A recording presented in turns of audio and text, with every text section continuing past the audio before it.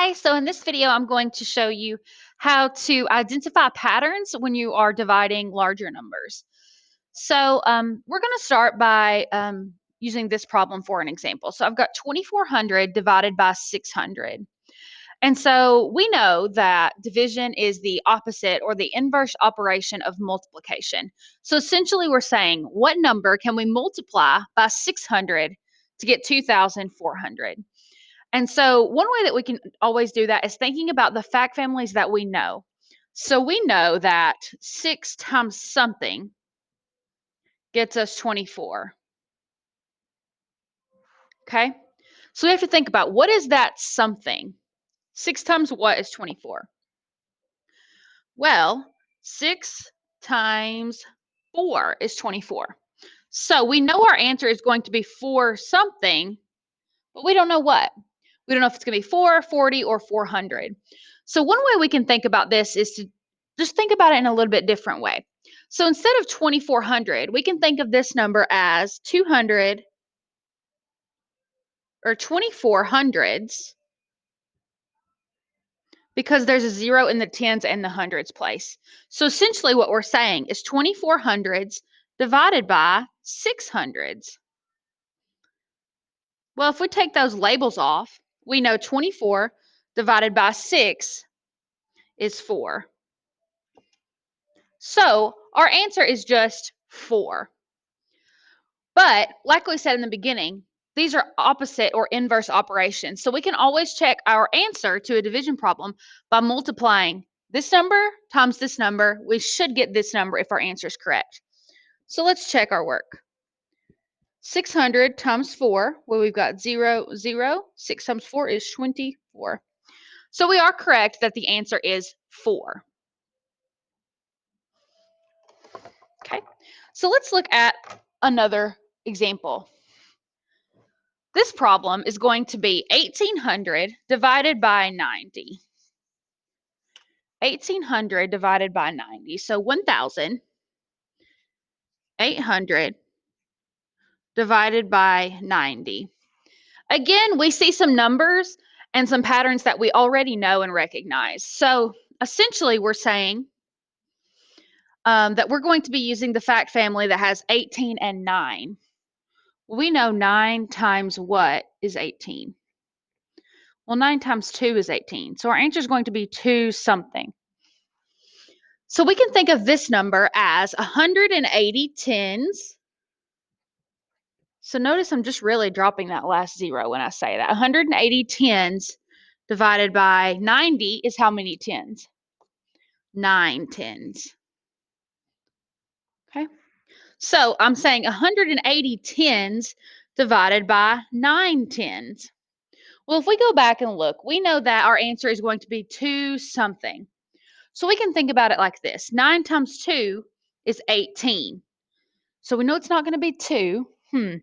If we put a 0 after the 2, that would be 20. So could 20 times 9 be 180? Let's see. Look, it is. So our correct answer is 20.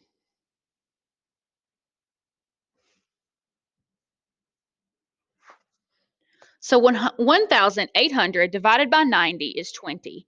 And we can check by multiplying 20 times 9 if we're doing it in tens. But to do our final one, we would check it by doing this. 20 times 90, and we would get 1,800. Just like that. So this answer is correct. So in this next one, I'm going to show you a little bit of a shortcut way to kind of think about these problems. So we're going to do 5,600 divided by 80. And like I said, I would encourage you each time to look for a pattern that you already know and recognize. So you already know that there's 8 times something will get me 56. And so that number is going to come in handy. So we know that 8 times 7 is 56. So our answer is going to have a 7 in it, but we're not sure if it's 7, 70, or 700. So we can think of this as 560 tens and 8 tens. Let me show you another way that you might see this division problem. You could see it written this way.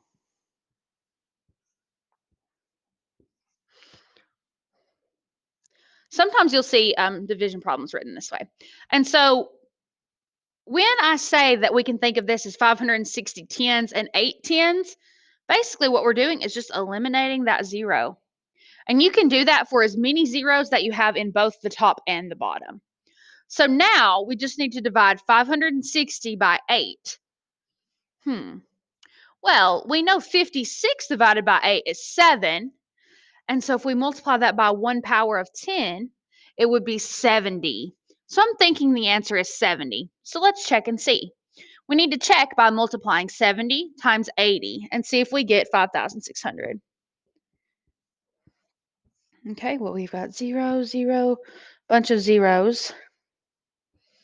Okay, so we're going to move 0.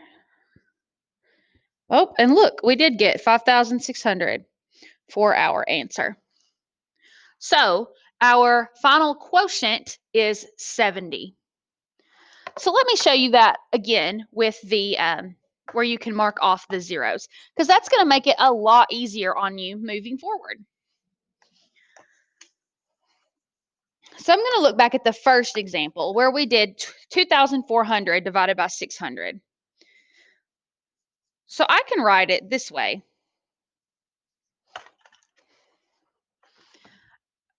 And I know that I can eliminate these zeros because they're in both of the numbers. That place values in both numbers as a 0. And so is this one. So now, basically, all I'm doing is dividing 24 divided by 6, and that's going to give us our answer of 4 for our quotient. All right, and so now I'm going to do the second problem that we did. 1,800 divided by 90. And like I said, you may see it written this way. We can eliminate these zeros. We cannot eliminate this 0 because there's not a 0 in the bottom that we can mark off with it. So we're just going to divide 180 by 9. Well, we know 18 divided by 9 is 2, so 180 divided by 9 would be 20. Okay, so identifying patterns in division can really help you solve larger division problems by using what you already know about fact families.